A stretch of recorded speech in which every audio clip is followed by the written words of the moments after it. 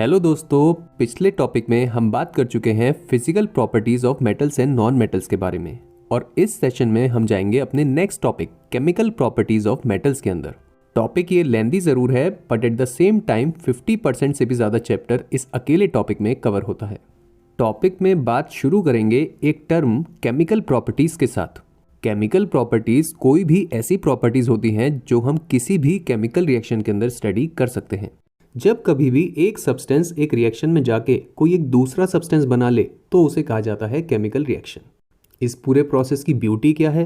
Beauty इस reaction की ये है कि जो पुराना सब्सटेंस था यानी कि सब्सटेंस 1 उसकी कुछ अपनी प्रॉपर्टीज़ थी, लेकिन अब जो सब्सटेंस बनता है सब्सटेंस 2 उसकी प्रॉपर्टीज़ होती हैं कुछ नई, और इन नई प्रॉपर्टीज़ से कुछ नई एप्लीकेशन पैदा होती हैं जिनमें हम इंटरेस्टेड होते हैं, क्योंकि उन नई एप्लीकेशंस को ही हम अपनी डेली लाइफ में अलग अलग रूप में इस्तेमाल कर सकते हैं। मेटल्स की ऐसी ही 4 इंटरेस्टिंग रिएक्शन सीखेंगे इस सेशन के अंदर। पहली रिएक्शन की बात करें उससे पहले एक बेस कंसेप्ट जो कि है रिएक्टिविटी सीरीज ऑफ मेटल्स, उसको सीखेंगे।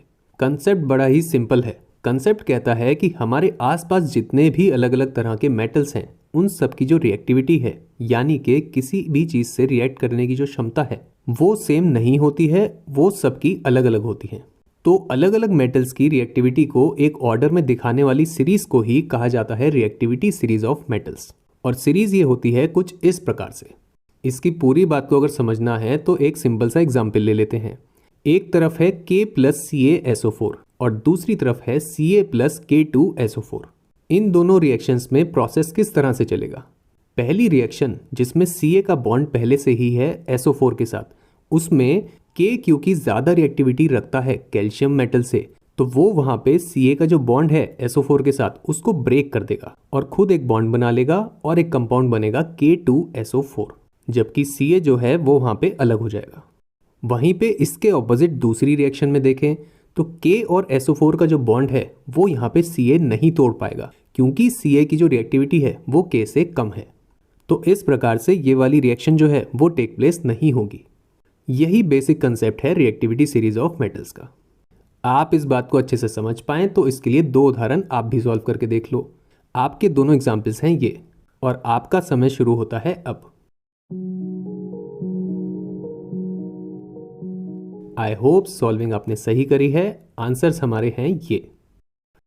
रिएक्टिविटी सीरीज किस तरह से वर्क करती है ये तो हमने सीख लिया। अब इस सीरीज को याद भी कर लेते हैं, क्योंकि ये आगे चल के पूरे टॉपिक में इस्तेमाल होगी। सीरीज बड़ी है तो उसको छोटे छोटे टुकड़ों में सीखते हैं। सबसे पहले आते हैं ये 6 सिंबल्स, सबको अलग अलग करके बोलेंगे। का, न, का, मग, अल, जन। अब इन सबको एक साथ बोलेंगे। कनाका मगलजन। नाम ये एक जापानीज आदमी का नाम जैसा लगता है, ऐसे ही हम इसको आसानी से याद रख सकते हैं। इसके बाद आगे के मेटल्स पे जाएं तो अगले 4 मेटल्स आते हैं ये, इनको भी ऐसे ही करेंगे। फी, पब, ह, कु। एक साथ बोलेंगे तो क्या हो गया? फी, पब, हकु। ये भी एक जापानीज आदमी का नाम लगता है। फिर लास्ट के 3 मेटल्स हम ऐसे ही याद रख सकते हैं, Hg, Ag और Au। इन तीनों ग्रुप्स को अब एक साथ कंबाइन कर देंगे एक के बाद एक, तो हमें मिल जाएगी अपनी सीरीज ये बार बार इस्तेमाल होनी है, तो 10 सेकेंड्स लो और इसको रिवाइज कर लो।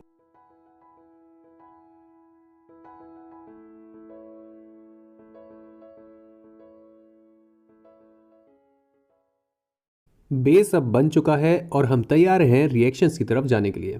पहली रिएक्शन की बात करेंगे जहां पे मेटल रिएक्ट करता है salt solution of other metals के साथ, यानी कि किसी भी दूसरे मेटल का जो सॉल्ट सॉल्यूशन है उसके साथ रिएक्ट करता है। रिएक्शन ये मिलती जुलती है हमारे लास्ट एग्जाम्पल से, जहां पे एक हायर रिएक्टिविटी का मेटल जो कि था K, वो रिएक्ट कर रहा था एक लोअर रिएक्टिविटी के मेटल के सॉल्ट के साथ जो कि था CaSO4। और यहाँ पे हमने देखा था कि बन रहा था K2SO4 और Ca। रिएक्शन तो ये हमने समझ ली, लेकिन इसका सिग्निफिकेंस क्या है, करते क्यों हैं ये? तो कारण भी सुन लो इसका। कारण ये है कि हम चाहते हैं कि कैल्शियम हमें अलग से मिल जाए, तो इसका करने का तरीका हमने यहाँ पे ये चुना कि पोटेशियम को कंबाइन कर दिया Ca के साथ जुड़े SO4 के साथ, और इस तरह से हमें कैल्शियम अकेला मिल गया। कैल्शियम को निकाल लिया हमने उसके सॉल्ट से। इसी तरह की दूसरी रिएक्शन भी हमने देखी थी जहां पे मैग्नीशियम रिएक्ट कर रहा था जिंक क्लोराइड के साथ, और वहां पे क्या बन गया? Magnesium chloride plus zinc. ये दोनों ही रिएक्शंस हम रिएक्टिविटी सीरीज जो हमने सीखी है उसके बेसिस पे ही काम कर रही हैं। मैग्नीशियम जिंक से ज़्यादा रिएक्टिव है और पोटेशियम कैल्शियम से ज़्यादा रिएक्टिव है। इसीलिए इन दोनों ही केसेस में एक मेटल दूसरे मेटल को डिस्प्लेस कर पाता है। और इस तरह से हमें मिलता क्या है प्रोडक्ट में? Lower reactivity metal plus higher reactivity metal का सॉल्ट, जो कि हम ऊपर की दोनों रिएक्शंस में क्लियरली देख सकते हैं। ये तो हमने सीख ली ये वाली रिएक्शन। अब देखते हैं बढ़िया हिस्सा, इसकी एप्लीकेशन क्या है। एप्लीकेशन इसकी बड़ी ही इंटरेस्टिंग है, नाम है थर्मेट रिएक्शन। रिएक्शन ये काफ़ी इंपॉर्टेंट है। रिएक्शन ये होती है कुछ इस प्रकार से, जहाँ पे आयरन ऑक्साइड रिएक्ट करता है एल्यूमिनियम के साथ।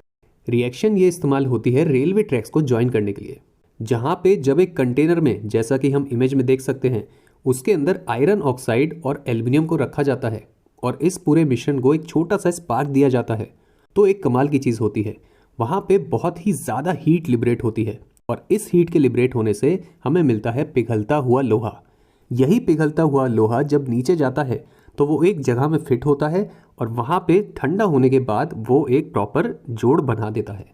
इस तरह से रेलवे ट्रैक के दो हिस्सों को आपस में ज्वाइन किया जाता है। तो बड़े ही कमाल की रिएक्शन है। ये होती है हमारी पहली रिएक्शन।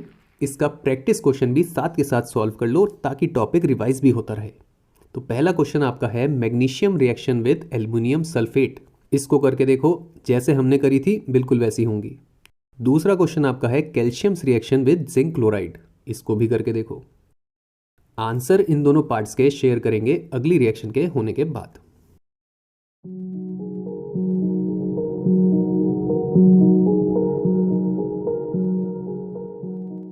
अब चलते हैं अपनी सेकंड रिएक्शन की तरफ। इस बार मेटल्स रिएक्ट करते हैं वाटर के साथ, यानी कि मेटल्स प्लस वाटर। दो एग्जाम्पल रिएक्शंस इसकी करके देखते हैं, बड़ी ही आसान है। कोई सा एक मेटल लेंगे और उसको पानी के साथ रिएक्ट करेंगे। सोडियम प्लस वाटर, क्या चीज़ बनेगी खुद ही सोचो। आयन का चार्ज हम जानते हैं, सोडियम का होता है +1 और ऑक्सीजन का होता है -2। तो क्या बनेगा यहाँ पे? Na2O प्लस बाकी क्या रह गया? H2, यानी कि हाइड्रोजन गैस। बिल्कुल इसी तरह से और भी रिएक्शंस हो सकती हैं, जैसे कि K + H2O क्या देगा? K2O + H2। तो जनरल फॉर्म अगर बताएं तो यहाँ पे क्या हो गई? मेटल प्लस वाटर देता है metal oxide plus hydrogen gas. इसमें मेन बात की बात करते हैं। अलग अलग मेटल्स जो हैं उनकी रिएक्टिविटी हम जानते हैं कि अलग होती है। तो यहाँ पे पानी के साथ भी सारे मेटल्स अलग अलग तरह से ही रिएक्ट करते हैं। टेबल जिनका होता है कुछ इस प्रकार से, सिंपल से हैं। जो सीरीज में सबसे ऊपर वाले मेटल्स हैं के और Na, वो कोल्ड वाटर के साथ ही रिएक्ट कर जाते हैं क्योंकि बहुत ज़्यादा रिएक्टिविटी है उनकी। फिर थोड़ा नीचे आओ Ca पे और Mg पे, तो ये गर्म पानी या फिर स्टीम के साथ रिएक्ट करते हैं, उसके बिना रिएक्ट नहीं करते। फिर उसके और नीचे आ जाएं जैसे कि एल्युमिनियम, जिंक और आयरन पे, तो वहाँ पे स्टीम के साथ बहुत ही स्लो रिएक्शन होती है, यानी कि पानी को बहुत ही ज़्यादा गर्म करने के बाद भी अगर इनसे रिएक्ट कराने की कोशिश करें तो भी रिएक्शन स्लो ही होती है। और फिर सबसे नीचे वाले 5 मेटल्स की बात करें, Pb, Cu, Hg, Ag और Au, तो ये वो मेटल्स हैं जो पानी के साथ रिएक्ट करते ही नहीं हैं। बात ये देखने में ऐसी लगती है जैसे कि इन मेटल्स की कमी है, लेकिन इसी कमी को एक पॉजिटिव रूप में इस्तेमाल किया जाता है। एप्लीकेशन है कि कॉपर मेटल जो है वो इस्तेमाल होता है हॉट वाटर टैंक्स को बनाने के लिए। इन टैंक्स का जो अंदर का मटेरियल होता है वो कॉपर का ही होता है। कारण आप ऑलरेडी गैस भी कर चुके होंगे, हॉट वाटर टैंक में पानी होता है बहुत ज़्यादा गर्म। तो वहाँ पे टैंक को बनाने के लिए हम कैसा मेटल चाहेंगे जो पानी के साथ रिएक्ट करे या फिर ना करे? ऑब्वियसली जो पानी के साथ रिएक्ट ना करे।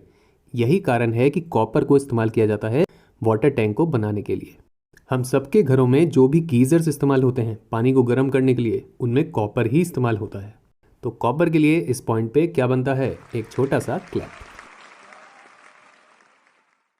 ये रिएक्शन हमारी हो गई है। पिछली जो आपने रिएक्शंस करी थी उनके आंसर अब आप चेक कर सकते हैं। आपके आंसर्स हैं ये। और अभी जो हमने मेटल की वाटर के साथ इक्वेशन पढ़ी है उसके एग्जाम्पल क्वेश्चंस हैं ये। इनको भी आप इस मोमेंट पे सॉल्व करिए। मैग्नीशियम की रिएक्शन पानी के साथ या फिर एल्युमिनियम की रिएक्शन पानी के साथ। मैग्नीशियम का चार्ज होता है +2 और एल्युमिनियम का चार्ज होता है +3।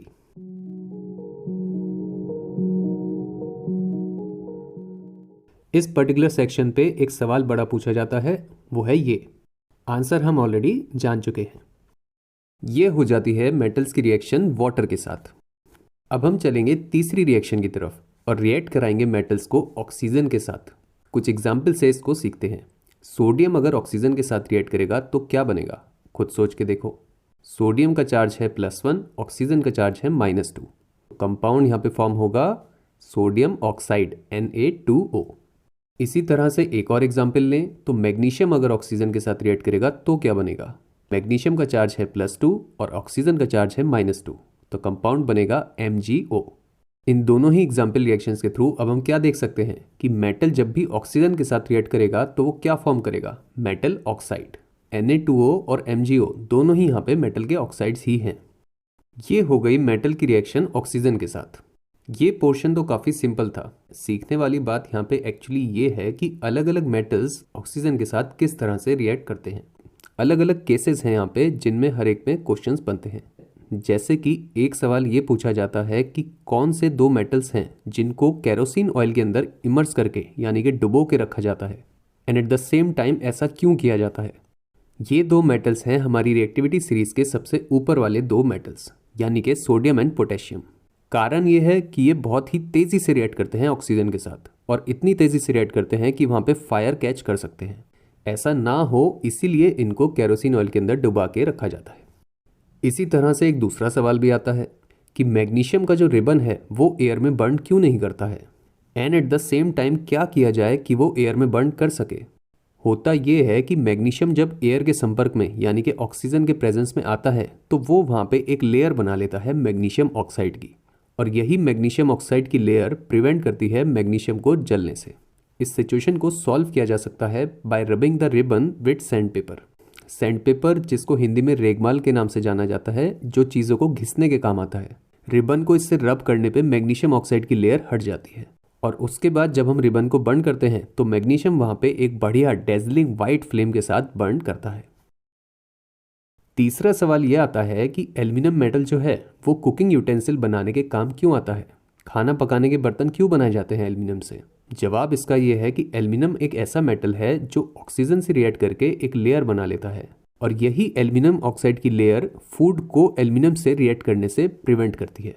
यानी कि फूड और एल्यूमिनियम के बीच में ये वाली लेयर आ जाती है, इसलिए वहाँ पे फूड एल्यूमिनियम से रिएक्ट नहीं करता है। ये हुआ तीसरा सवाल। इसके बाद आने वाला फोर्थ क्वेश्चन क्या कहता है।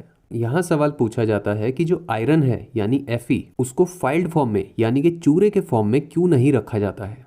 जवाब ये है कि जब आयरन को चूरे के फॉर्म में रखा जाता है, स्टोर किया जाता है, तो उस फाइल्ड फॉर्म वाले आयरन का जो सरफेस एरिया है, जो ऑक्सीजन के संपर्क में है, कांटेक्ट में है, वो बहुत ज़्यादा है। और इस कारण से यहाँ पे अगर आयरन को थोड़ा सा भी स्पार्क मिल गया यानी कि एक चिंगारी भी मिल गई तो वहाँ पे वो जल जाएगा। यही रीज़न है कि आयरन को एक्चुअली ब्लॉक या फिर रॉड के फॉर्म में रखा जाता है, क्योंकि जब हम ऐसा करते हैं तो आयरन का जो सरफेस एरिया संपर्क में है ऑक्सीजन से वो काफ़ी कम हो जाता है, मैक्सिमम आयरन अंदर की तरफ छुप जाता है। पांचवा और एक सिंपल सा सवाल और है कि कौन से दो ऐसे मेटल्स हैं जो ऑक्सीजन के साथ रिएक्ट नहीं करते हैं। तो रिएक्टिविटी सीरीज के सबसे नीचे दो आने वाले मेटल्स सिल्वर और गोल्ड ऑक्सीजन के साथ रिएक्ट नहीं करते हैं। ये हो जाती है बात हमारी कंप्लीट मेटल्स की रिएक्शन ऑक्सीजन के साथ। रिएक्शन तो हमने ये सीख ली। यहाँ पे मेटल ऑक्साइड के बारे में कुछ चीज़ें और सीखेंगे।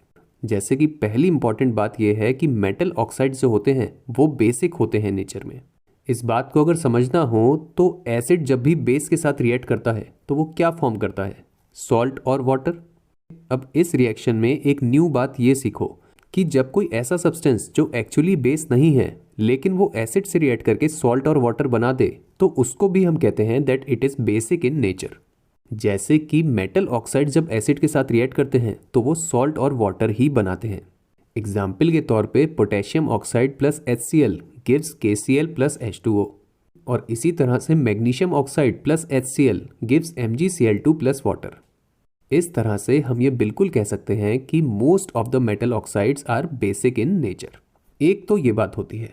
फिर इससे भी ज़्यादा इंपॉर्टेंट बात जो पूछी जाती है क्वेश्चंस में वो ये है कि कुछ मेटल ऑक्साइड्स ऐसे होते हैं जो बेसिक नहीं होते हैं नेचर में, जो कि यहाँ पे एक्सेप्शंस हैं। कहा ऐसे मेटल ऑक्साइड्स को जाता है एम्फोटेरिक ऑक्साइड्स।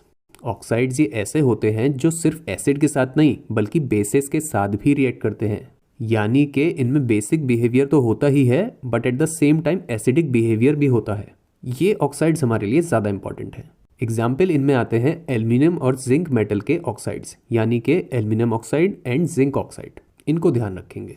इन दोनों ही ऑक्साइड्स की रिएक्शंस भी पूछी जाती हैं एसिड और बेसिस के साथ। एसिड्स के साथ इनकी रिएक्शन सिंपल है, Al2O3 प्लस HCl अपने आप बना सकते हैं। क्या बनेगा? एल्यूमिनियम कंबाइन हो जाएगा क्लोरीन के साथ और H कंबाइन हो जाएगा O के साथ। वैलेंसीज अगर आप जानते हैं तो ईजिली कर सकते हैं। एल्यूमिनियम की होती है +3, तो यहाँ पे बनेगा AlCl3 और साथ में बनेगा H2O। इसी तरह से जिंक ऑक्साइड की रिएक्शन भी ले लें HCl के साथ, तो वो कुछ इस प्रकार से आ जाएगी, जहाँ पे बनेगा जिंक क्लोराइड और वाटर। ये दो रिएक्शंस तो रिलेटिवली सिंपल हैं। फिर इन्हीं दोनों ऑक्साइड्स की रिएक्शंस अगर हम बेसिस के साथ करें तो ये काफ़ी इंपॉर्टेंट रिएक्शंस हैं।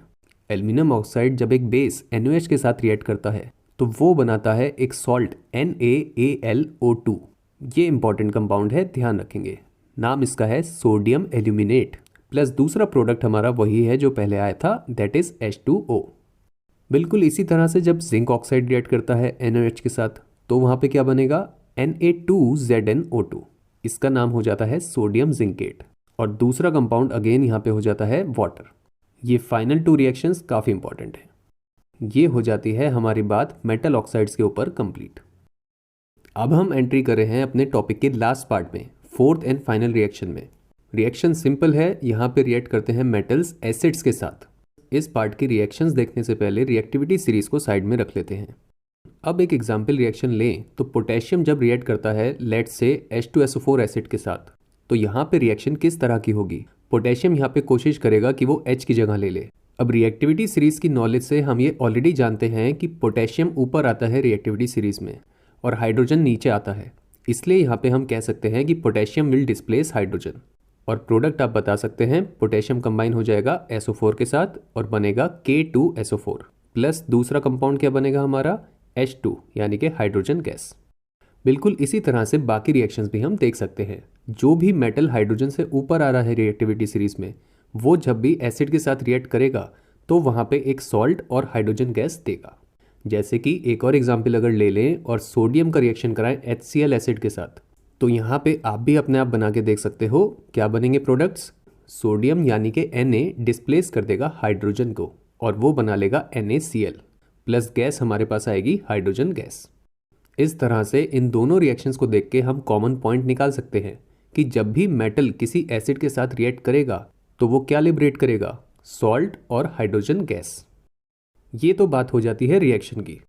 अब इसी रिएक्शन से रिलेटेड 2-3 इंपॉर्टेंट क्वेश्चंस बनते हैं, वो भी कवर करते हैं। पहला इंपॉर्टेंट सवाल ये है कि कौन से ऐसे मेटल्स हैं विच वोंट रिएक्ट विद एसिड्स, जो एसिड्स के साथ रिएक्ट नहीं करते हैं। या फिर इसी सवाल को एक और तरीके से भी पूछा जाता है, which are the metals that will not displace hydrogen from their acids. कौन से ऐसे मेटल्स हैं जो हाइड्रोजन को उसके एसिड से डिस्प्लेस नहीं कर पाते हैं। अगर आप ध्यान से सुन रहे हैं तो इसका आंसर आप भी बता सकते हैं। रिएक्टिविटी सीरीज में जितने भी मेटल्स हाइड्रोजन से नीचे आएंगे वो उसको डिस्प्लेस नहीं कर पाएंगे, यानी कि आंसर हमारा हुआ copper, mercury, silver and gold. ये चारों हो गए वो मेटल्स जो हाइड्रोजन को उसके एसिड से डिस्प्लेस नहीं कर पाते हैं या फिर जो एसिड के साथ रिएक्ट करते ही नहीं हैं। ये हुआ पहला सवाल। इसके बाद दूसरा इंपॉर्टेंट सवाल ये आता है कि हाइड्रोजन गैस का यहाँ पे एक इंपॉर्टेंट टेस्ट है। बेसिकली ये जो हमने पूरी रिएक्शन अभी सीखी, इसको अगर हम सेटअप में देख लें, यानी कि जब हम इसे लैब में करते हैं, तो एक्सपेरिमेंट ये होता ऐसे है कि टेस्ट ट्यूब के अंदर लिया जाता है मेटल और एसिड और फिर ये दोनों रिएक्ट करते हैं। रिएक्ट करने पे जो सॉल्ट बनता है वो तो टेस्ट ट्यूब में ही रह जाता है, लेकिन जो हाइड्रोजन गैस होती है वो ऊपर की तरफ लिबरेट होती है और वो इस वाली ट्यूब से पास होती है। इसी ट्यूब को अगर हम इंसर्ट कर दें एक सोप सॉल्यूशन के अंदर, तो यहाँ पे लिबरेट होते हैं hydrogen gas in the form of bubbles. इन्हीं बबल्स के सामने अगर हम एक बर्निंग कैंडल लाएं तो ये एक पॉप साउंड के साथ, यानी कि पटाखे की आवाज़ के साथ बर्न करते हैं। समथिंग लाइक पट पट पट पट पट पट साउंड को कहते हैं पॉप साउंड। ये हो गया इस रिएक्शन से रिलेटेड दूसरा इंपॉर्टेंट सवाल। फिर तीसरा एक इंपॉर्टेंट सवाल बनता है एक एक्सेप्शन केस पे। बहुत सारे जो एसिड्स हमारे पास अवेलेबल होते हैं उनमें एक एसिड ऐसा है जो जब मेटल्स के साथ रिएक्ट करता है तो वो हाइड्रोजन गैस इवॉल्व नहीं करता है। नाम इस एसिड का है HNO3 यानी कि नाइट्रिक एसिड। सवाल ये है कि इसी बात के पीछे का कारण पूछा जाता है। कारण ये है कि नाइट्रिक एसिड एक बहुत ही स्ट्रॉन्ग ऑक्सीडाइजिंग एजेंट है और इसी कारण से मेटल की रिएक्शन जब HNO3 के साथ होती है तो वहाँ पे हाइड्रोजन गैस जब भी लिबरेट होती है तो वो वाटर में कन्वर्ट हो जाती है, क्योंकि H2 वहाँ पे ऑक्सीडाइज हो जाता है टू फॉर्म वाटर। यहाँ पे अगर आपसे ये सवाल पूछा जाए कि क्या कोई तरीका है जिससे नाइट्रिक एसिड को मेटल के साथ रिएक्ट किया जा सकता है, तो इसका एक बड़ा ही सिंपल तरीका है। अगर हम नाइट्रिक एसिड को डाइल्यूट कर दें, यानी कि उसकी स्ट्रेंथ को कम कर दें by just adding water to it, तो वो हाइड्रोजन गैस लिबरेट करता है। ये हो जाती है बात हमारी कंप्लीट फोर्थ रिएक्शन की, और इसी के साथ हमारा ये पूरा टॉपिक कंप्लीट हो जाता है। आप इस पॉइंट तक पहुंचे हैं तो very very well done to you. इस पूरे टॉपिक पे जो अलग अलग तरह के क्वेश्चंस बनते हैं उसकी शीट है ये। टॉपिक को प्रॉपर तरीके से कंप्लीट करना चाहते हैं तो इन क्वेश्चंस को जरूर सॉल्व कीजिए। इस चैप्टर के नेक्स्ट एपिसोड में हम बात करेंगे एक नए topic extraction and refining of metals के बारे में, जहां पे हम सीखेंगे कि नेचर से मेटल्स को कैसे निकाला जाता है और उनकी सफाई करी जाती है। तो मिलते हैं अगले एपिसोड में। अभी के लिए अलविदा।